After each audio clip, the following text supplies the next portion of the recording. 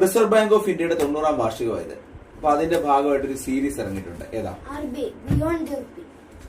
RBI unlocked beyond the rupee.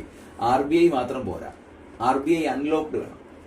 നമ്മൾ നേരത്തെ ഒരു വീഡിയോയിൽ പത്രങ്ങളിലൂടെ എങ്ങാണ്ട് പറഞ്ഞിട്ടുണ്ട്. റിസർവ് ബാങ്കിന്റെ എന്തുവായിരുന്നു, അവരുടെ ആ ഗോൾഡ് ശേഖരമൊക്കെ കാണിച്ചതാണ് കേട്ടോ. ഇനി അടുത്തത്, ഈ അടുത്ത സുപ്രീം കോടതിയുടെ ഒരു വിധിയാണ്. ഇനി ജീവനക്കാരെ നിയമിക്കുമ്പോൾ OBCക്ക് സംവരണം കൊടുക്കണം. എത്ര ശതമാനം വരെ? കറക്റ്റ് 27. ആ സംഖ്യ ഓർത്തു വെച്ചു. വരാൻ പോകുന്ന പാർലമെന്റ് നിയമസഭാ ഇലക്ഷനുകളിൽ, അതായത് ഇപ്പോഴല്ല, 33% സംവരണം സ്ത്രീകൾക്ക് കൊടുക്കണമെന്നാണ് പറഞ്ഞുകൊണ്ടിരിക്കുന്നത് പാർലമെന്റ്. ഈ ഓൾറെഡി നമ്മുടെ പഞ്ചായത്തുകളിലൊക്കെ എത്ര ശതമാനമാണ് സ്ത്രീകൾക്ക് സംവരണം? 50%. 20 വാർഡുണ്ടെങ്കിൽ എല്ലാ വാർഡിലും 1.5 വാർഡുകളിൽ പുരുഷനും സ്ത്രീയും മാറി മാറിയ. ഓക്കെ, ഇന്ത്യയിലെ ആദ്യത്തെ ദേശീയ സഹകരണ സർവകലാശാല സ്ഥാപിക്കപ്പെട്ടത് എവിടെയാണ്?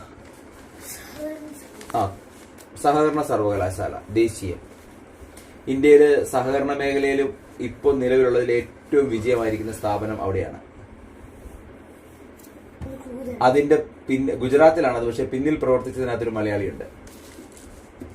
അൺഫിനിഷ്ഡ് ഡ്രീം അല്ലെ? വർഗീസ് കുര്യനൊക്കെ ഉണ്ട്. പറ ഏതാ? അമുലിന്റെ സ്ഥലം പറ. നമ്മൾ ചോദിച്ചത് ആ സർവകലാശാല സ്ഥാപിതമായത് ഇവിടെ. എന്ത് അമുൽ? അല്ലെങ്കിൽ അത് നമ്മള് അമുലിന്റെ ഫുൾ ഫോമില് എന്താ? കമ്പനി, ആ സ്ഥലം Anand.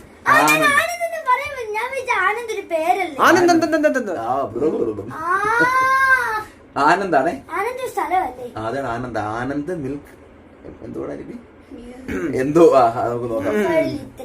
Anand milk employees cooperative movement ഒക്കെയാണ്. ഇർമയാണ് ഇതാക്കി മാറ്റുന്നത് കേട്ടോ.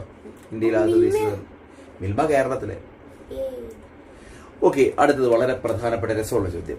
ശുഭാംശു ശുക്ല അന്താരാഷ്ട്ര ബഹിരാകാശ നിലയത്തിൽ നിന്ന് കേരളത്തിൽ ഉൾപ്പെടെയുള്ള ഇന്ത്യയിലെ കുട്ടികളൊക്കെ ആയിട്ട് സംസാരിച്ചു.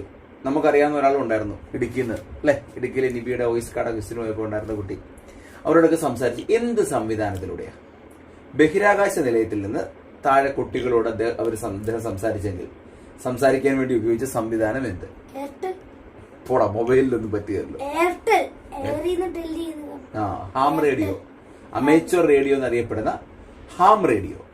ഓർത്തു വെക്കണേ, ഹാം റേഡിയോ എന്ന് പറയുന്ന സംവിധാനത്തിലൂടെയാണ്